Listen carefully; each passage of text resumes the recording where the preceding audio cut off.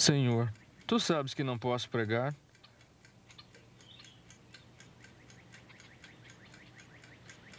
Bom, se tu mostras o caminho, é dizer, se tu mandas um convite para que eu pregue, então, Senhor, irei.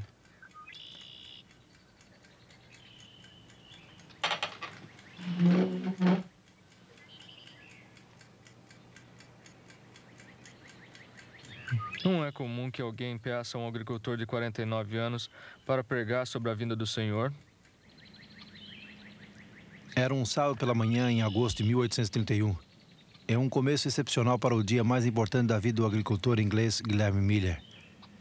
Pois no transcurso de meia hora, aconteceu uma coisa que mudaria sua vida completamente.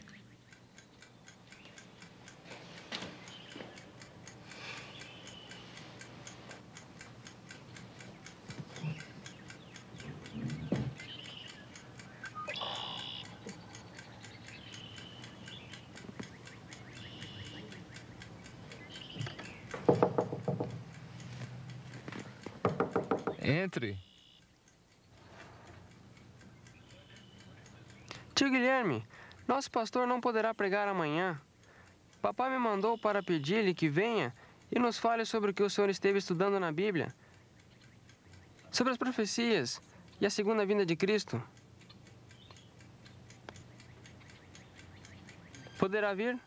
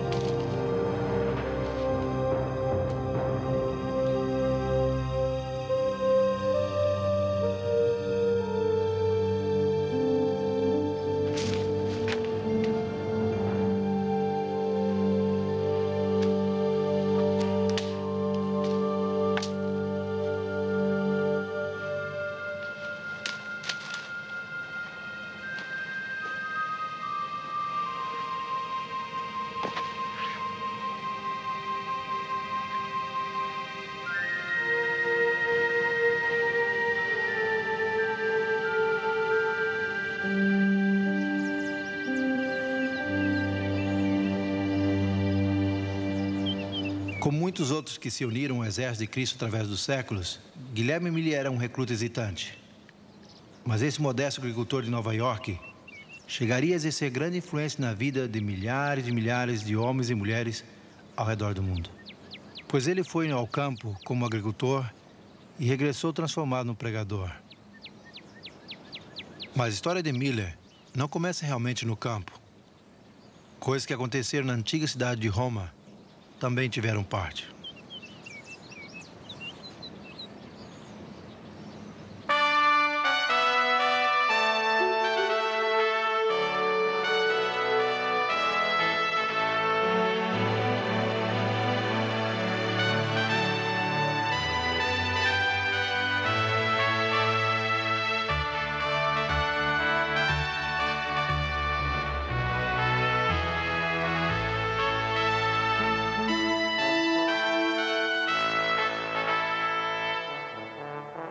A Capela Sistina, perto da Basílica de São Pedro, em Roma, é famosa por sua história e arte. Construída pelo Papa Sisto IV em 1473, é o lugar onde os cardeais da igreja se reúnem para eleger um novo Papa. Em suas paredes e tetos, podem ver-se estas suntuosas pinturas das cenas e dos personagens do Novo e Velho Testamentos.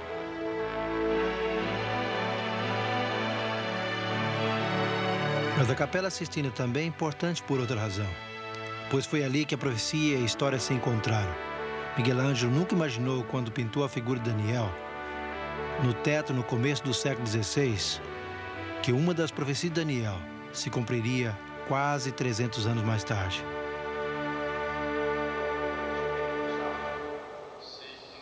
A profecia do capítulo 7 de Daniel revela que 3 reinos se oporiam à ascensão ao poder do chifre pequeno do quarto grande império de Roma. Daniel disse que quando esses 3 reinos fossem dominados, o povo de Deus seria entregue nas mãos do pequeno chifre, por um período de 1260 anos. Mas como se cumpriria isso? Em 533 d.C., o imperador Justiniano I, soberano civil supremo desta época, proclamou que o bispo de Roma seria o cabeça de todas as igrejas do leste e oeste do seu território. Ao submeter ao Papa toda a autoridade espiritual, Justiniano virtualmente entregou o povo de Deus em suas mãos e colocou a espada civil à disposição do pontífice. Mas o decreto não se executaria enquanto os ostrogodos arianos, o terceiro e último reino que se opunha ao bispo de Roma, governassem a Itália. Seu poder cessou quando as tropas de Justiniano interromperam seu sítio em Roma em 538 d.C. Foi nesse ano que o antigo trono do Império Romano foi finalmente conservado para o papado e o período de sua supremacia eclesiástica começou.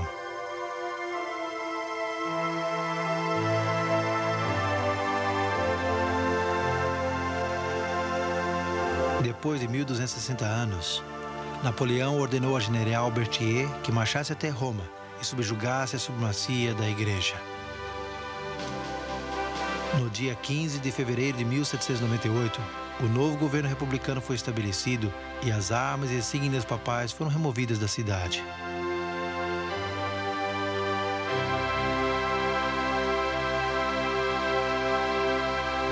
Os acontecimentos históricos cumpriram as palavras da profecia com exatidão.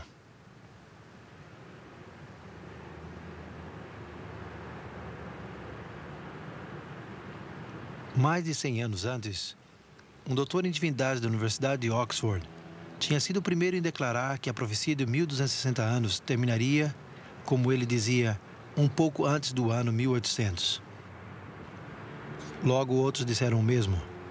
Alguns, como José Priestley, o famoso pastor, filósofo e cientista, até disseram que a França seria provavelmente o instrumento que cumpriria com a profecia. Quando o golpe finalmente caiu sobre Roma em 1798, um coro de voz na Inglaterra, Europa e América testemunhou o fim dos 1260 anos de supremacia papal.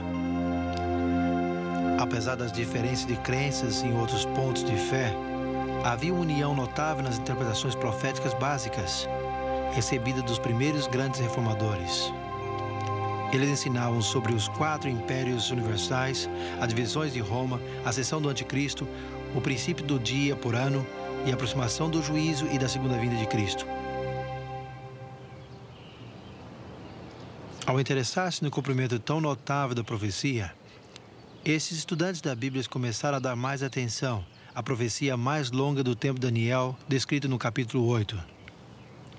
A predição se encontra no versículo 14.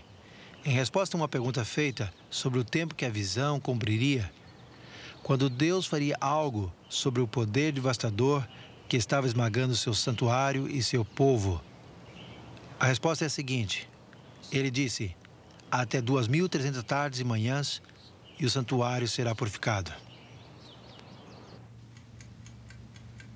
O estudo desse período de tempo tem intrigado estudantes da Bíblia por centenas de anos.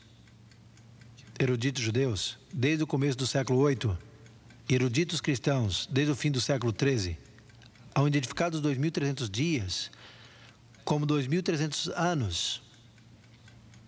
Embora muitos seguiram estudando esta profecia, seu significado ainda era um mistério. O que não deve surpreender-nos, porque em Daniel 8, o anjo Gabriel disse a Daniel que o período de 2.300 dias, anos, não se cumpriria até o tempo do fim. Em Daniel 12, o profeta é ordenado a selar seu livro até esse mesmo tempo. É evidente que o significado da profecia de 2.300 anos não deveria ser entendido claramente, até que o tempo do seu cumprimento se acercasse. Isaac Newton, um dos homens mais brilhantes que já existiu, formulou as leis da gravitação e algumas leis de movimento. Ele também descobriu os segredos da luz e das cores. Mas o que muitos não sabem é que Newton escreveu mais sobre teologia que sobre ciência, pois ele era um grande estudioso das profecias bíblicas. No livro que ele escreveu sobre Daniel e Apocalipse, ele descreve um princípio relevante relacionado com profecia e seu cumprimento. É um princípio tão importante que Jesus o expressou a seus discípulos 2 vezes, na noite anterior à sua morte, se encontra em São João 13:14. No capítulo 14, Jesus disse: Disse-vos agora antes que aconteça, para que quando acontecer, vós creiais. Isaac Newton cria que o desígnio de Deus era que seu povo entendesse as profecias somente quando o tempo do seu cumprimento se apresentasse. E esse princípio profético se apoia nos acontecimentos da história. No tempo em que Roma governava o mundo ocidental, um grande grupo de estudantes contemporâneos da profecia reconheceu a identidade e o destino do Quarto Império Profético. Quando Roma começou a dividir-se, outro grupo de comentaristas escreveu do temor que tinham da ascensão do Anticristo. Quando o pequeno chifre papal revelou seu verdadeiro caráter e identidade, uma grande multidão de reformadores testemunharam do cumprimento da profecia em muitos países. O Espírito Santo esclarece o mesmo em outros lugares com mais clareza, para que não permaneça nenhuma dúvida, a menos que seja obstinadamente ignorante. Isso também foi proclamado no Velho e Novo Mundo, quase ao fim dos 1260 anos.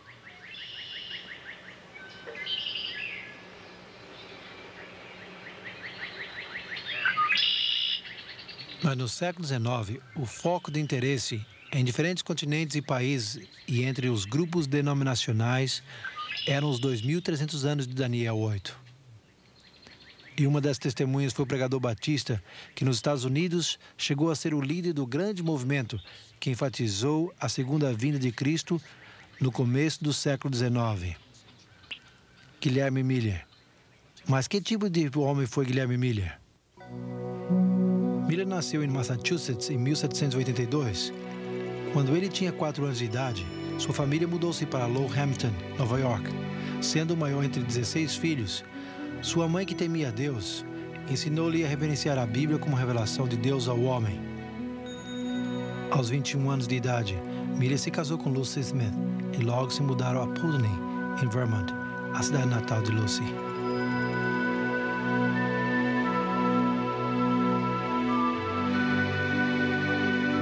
Afastar-se da influência religiosa de sua mãe, Miller foi atraído pela filosofia do deísmo, promovida por seus amigos. Para o deísta, Deus é um tipo de autor ausente que não se interessa por sua criação. Por conseguinte, a oração, a Bíblia ou a noção de um Salvador não tem significado. Mais tarde, em seu livro Apologia e Defesa, Miller fez a seguinte afirmação: Cheguei à conclusão que a Bíblia era só uma concepção humana e a rejeitei completamente.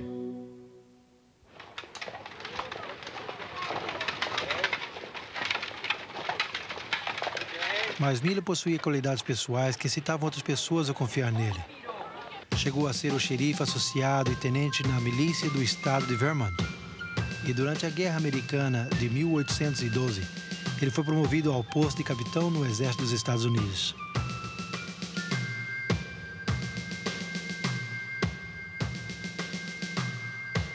No verão de 1814, ele lutou na famosa Batalha de Plattsburgh, um dos conflitos decisivos da guerra. As forças americanas estavam receosas dos bem treinados soldados ingleses, que eram 3 vezes mais numerosos que eles. Mas a surpreendente vitória serviu para criar dúvidas na mente de Miller, pois o êxito pareceu-lhe ser a obra de uma força mais poderosa que a humana.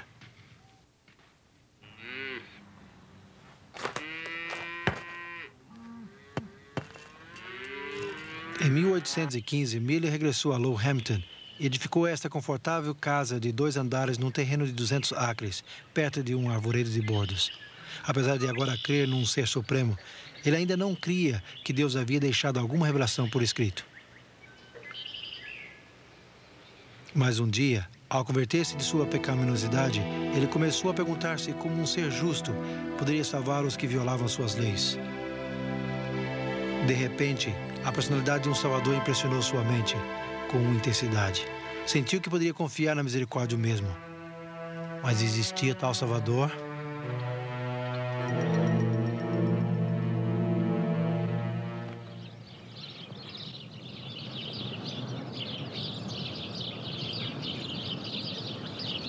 No fim de 1816, ele aceitou a Jesus como seu salvador e amigo na Igreja Batista de Hampton, e a Bíblia chegou a ser um deleite.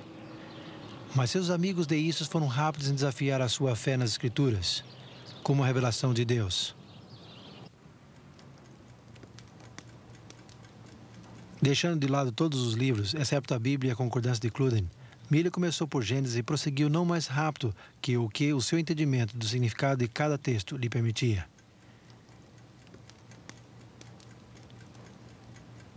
Ele passou 2 anos estudando a Bíblia meticulosamente, uma tarefa tão empolgante que muitas vezes passava dias e noites inteiros estudando. E quais foram algumas das conclusões às que chegou em 1818? Tenho certeza que a Bíblia interpreta por si mesma e que é bastante simples para que todos a entendam. Também estou convencido que deve ser lida literalmente, a menos que exista uma prova clara que o escritor está usando linguagem simbólica. E as profecias do Velho Testamento? Reconheço sua forma simbólica, mas elas quase sempre se cumprem literalmente. Tomemos, por exemplo, o nascimento, a morte e a ressurreição de Cristo. Eles foram acontecimentos literais. As suas profecias foram escritas em linguagem simbólica. E o mesmo acontece hoje. Os sinais dos tempos e a presente condição do mundo são iguais às descrições proféticas dos últimos dias. Estou convencido que este mundo tem chegado aos limites do tempo designado. Cristo Jesus está a ponto de regressar em toda a sua glória. A conclusão de Miller foi interessante, pois era contrária à ideia da segunda vinda, que predominava na maioria das igrejas protestantes desse tempo. Essas ensinavam que o milênio, o período de 1000 anos descrito em Apocalipse 20, começaria com uma conversão mundial. Isto levaria a um reinado milenário de paz e justiça na terra. Então a segunda vinda de Cristo ocorreria ao fim dos 1000 anos. Embora muitos pensavam, reconhecer os sinais de que o milênio estava a ponto de começar cedo nos 1800, Miller, por outro lado, estava convencido que a vinda de Cristo era iminente e que ocorreria no começo dos 1000 anos. Tenho certeza que não erramos com respeito a isso. Só escutem Daniel 8:14. Até 2300 tardes e manhãs, e o santuário será purificado. O capítulo seguinte indica que os 2300 anos começam com o decreto de restaurar e reconstruir Jerusalém em 457 AC, o que significa que o período acaba ao redor de 1843. A Bíblia parece ensinar que o santuário é a terra. Sua purificação deve ser a purificação de fogo da segunda vinda de Cristo. O que significa que nos 25 anos o mundo chegará ao seu fim e Jesus virá. De fato, Miller passou os próximos 13 anos examinando e reexaminando os argumentos a favor e contra a sua crença.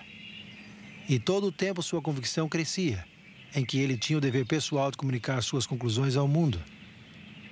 Quando os anos de investigação finalmente eliminaram toda dúvida, o temor de falar em público se fez presente.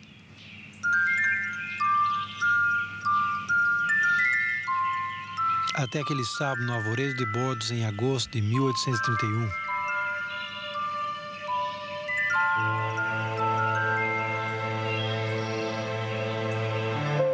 Miller acompanhou seu sobrinho Ivan Gifford à casa dos Gifford em Dresden. Considerando a falta de confidência de Miller, seus parentes convidaram os vizinhos à sua casa aquele domingo, em vez de ir à pequena igreja batista. E o texto que usou no sermão, Daniel capítulo 7, interpretando-o como os grandes reformadores que o haviam feito antes dele, mas com o cumprimento adicional dos 1260 anos, em 1798. Foi o sermão de John Knox sobre Daniel 7, em 1547, que iniciou a reforma na Escócia. Mas agora Guilherme Miller avança um passo mais. Ele acrescenta uma interpretação dos capítulos 8 e 9 de Daniel para iniciar o grande movimento do advento no Novo Mundo.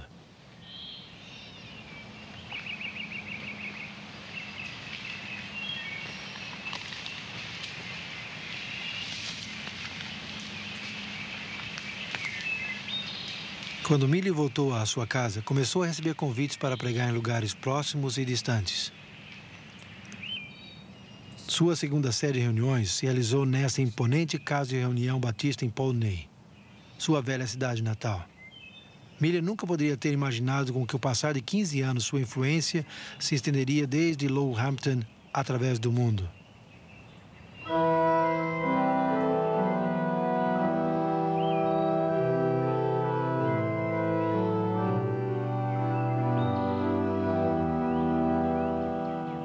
Embora Millie tivesse chegado às suas conclusões pelo estudo pessoal das Escrituras, suas opiniões não eram completamente novas.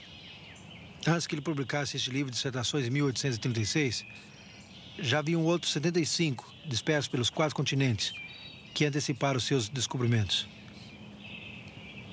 Apesar de suas diferenças culturais e denominacionais, eles concordaram essencialmente que os 2.300 anos se cumpririam na década de 1840. Portanto, a advertência do juízo vindouro e o breve regresso de Jesus Cristo se deu tanto no Velho como no Novo Mundo.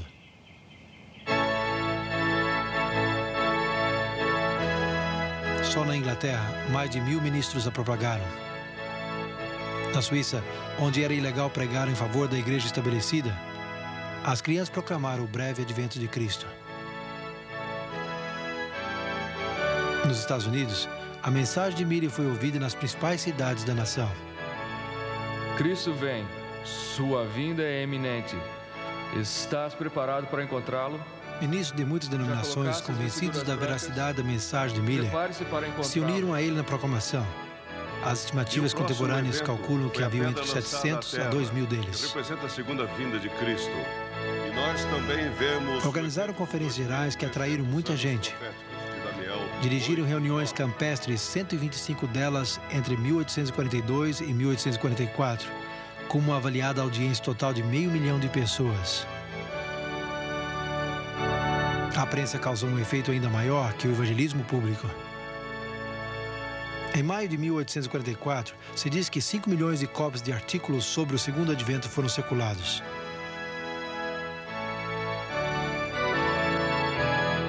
Os pregadores mileritas estavam alertas a qualquer meio disponível para fazer sua mensagem clara e simples.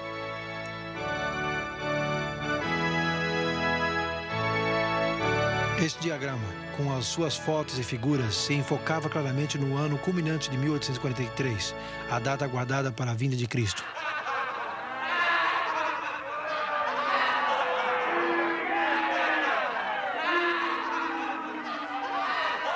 Mas nem todos levaram esses pregadores a sério. Um legislador introduziu um anúncio para adiar o fim do mundo até 1860. Outro ofereceu reservas de lugares por $200 para fugir num balão. Millie sempre havia hesitado em fixar uma data exata. Mas à medida que o ano de 1843 se aproximava, ele foi compelido a ser mais específico. Porque o ano sagrado dos judeus começava na primavera, o ano 2300, contando desde a primavera do ano 457 AC, terá que cumprir-se entre as primaveras de 1843 e 1844. Mas a primavera de 1844 passou e Cristo não veio. Buscando a solução do problema nas Escrituras, os milheristas encontraram a parábola das 10 virgens em Mateus, capítulo 25. No versículo 5, leram a frase, e tardando o noivo, evidentemente haveria uma demora. Então eles esperaram até agosto de 1844, quando se deu uma revelação excepcional. Nas reuniões campestres de Exeter, New Hampshire, Samuel Snow, um pregador milherita, eletrizou seus ouvintes. Ele primeiro indicou que, segundo Esdras 7, o decreto para reconstruir Jerusalém, o qual iniciou os 2.300 anos, não começou até o outono de 457 a.C. Portanto, os 2.300 anos teriam que terminar no outono, não na primavera. Mas qual o dia do outono? Do seu estudo sobre as festas da primavera e do outono dos judeus, no livro de Levítico, Snow concluiu que Jesus viria no 10º dia do 7º mês. Melhor evidência indica que o 10º dia do 7º mês judeu será em 22 de outubro de 1844. Portanto, em menos de 3 meses, o esposo estará aqui para buscar a sua esposa que o espera. Não é tempo de escutar o clamor da meia-noite? Eis que o esposo vem. Ide e recebei-o. As colinas da Nova Inglaterra logo ressoaram com o clamor da meia-noite. Miller foi um dos últimos em aceitar essa data. Mas ele e outros líderes pensaram que, se guardassem silêncio, estariam opondo a obra do Espírito Santo.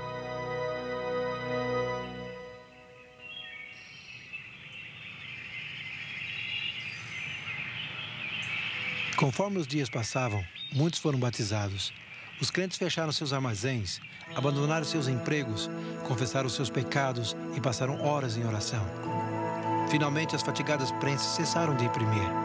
A tenda de reuniões foi guardada por última vez e os líderes voltaram a seus lares para estar com suas famílias.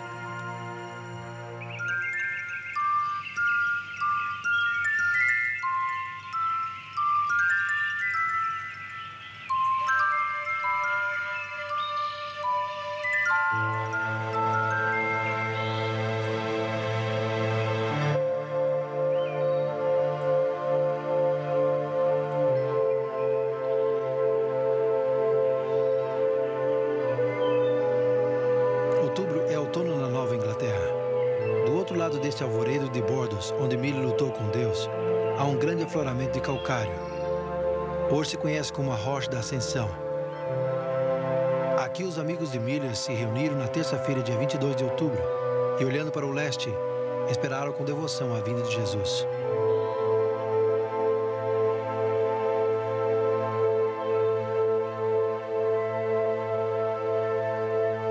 Por todo o país, dezenas de milhares de adventistas, como se chamavam agora os seguidores de Miller, se reuniram nas igrejas, tendas e lares.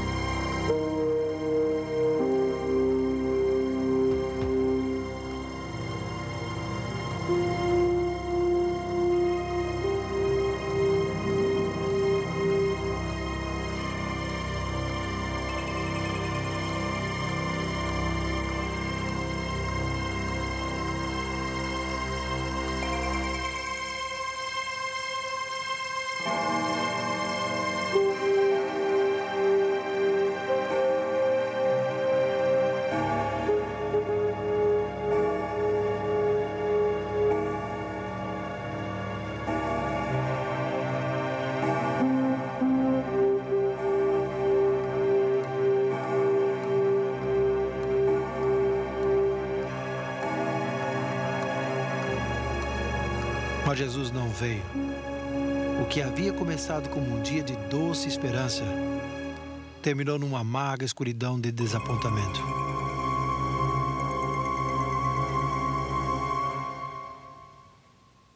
Nos dias e semanas seguintes, a humilhação, confusão e dúvida ameaçaram submergi-los. Inevitavelmente, o ímpeto ativo do movimento do Advento cessou abruptamente. Alguns desistiram. Será que Guilherme Miller os havia enganado? Mas Miller nunca abandonou sua fé no breve regresso de Jesus. 4 anos depois do desapontamento, ele construiu esta capela em sua fazenda, atrás da Rocha da Ascensão. O grupo de crentes que continuou compartilhando a esperança de Miller se reunia aqui com ele e sua família.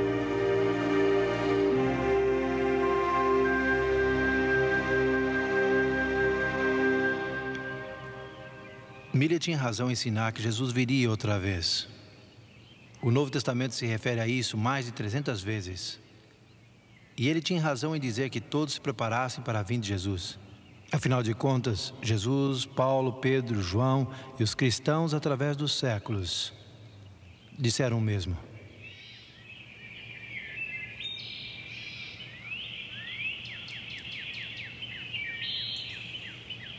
Miller tinha razão ao dar mais atenção a Jesus que a qualquer data específica.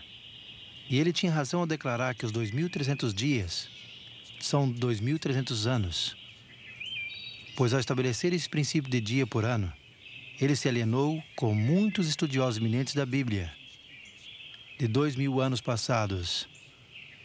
E ao declarar que os 2.300 anos se estenderiam até a década de 1840, Miller foi só um entre os milhares de estudantes contemporâneos da Bíblia que criam o mesmo. Então qual foi o erro?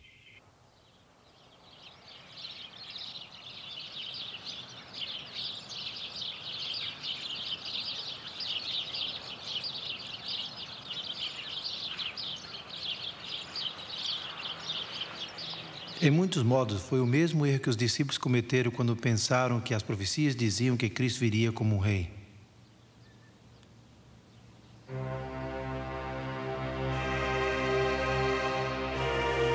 Não foi o erro de um excêntrico irracional ou o imprudente cálculo de um fanático, senão um honesto, mal entendido significado da frase do Velho Testamento onde menciona a purificação do santuário.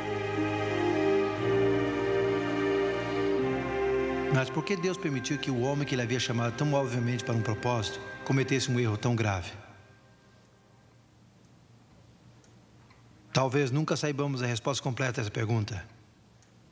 Mas lembremos que naquele tempo, muitos cristãos criam uma conversão mundial que culminaria com a vinda de Jesus Cristo 1000 anos mais tarde.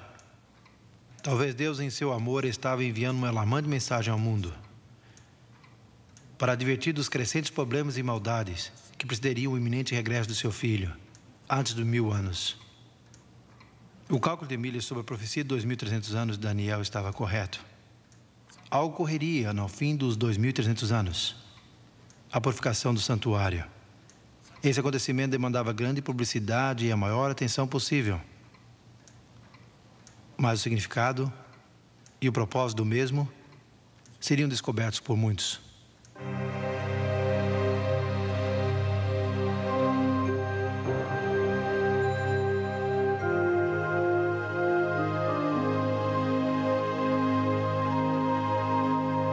Miller faleceu apenas 5 anos depois do grande desapontamento do dia 22 de outubro de 1844. Pouco antes de morrer, Miller escreveu esta carta inacabada. Prezado irmão, não posso abster-me de escrever uma ou duas palavras, embora não possa ver. Tudo está correto. O esposo vem, não há dúvida. O rei terá que vir. Levantem suas cabeças, animem-se, sejam crentes em vez de infiéis. Logo veremos aquele a quem houvemos buscado e esperado.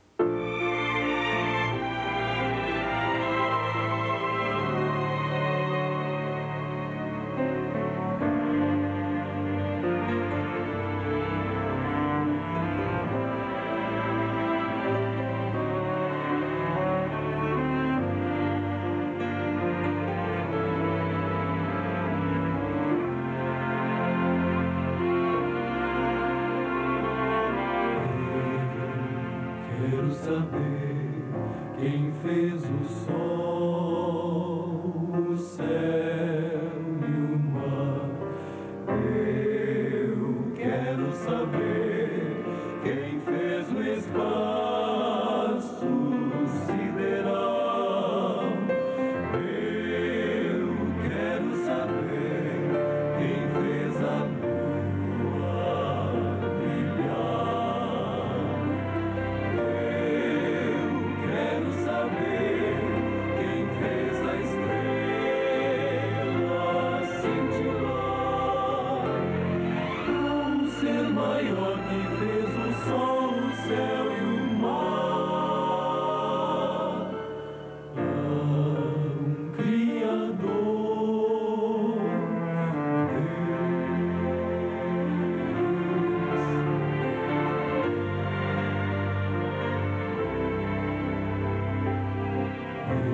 quero saber quem fez a flor nascer, quem é. Eu quero saber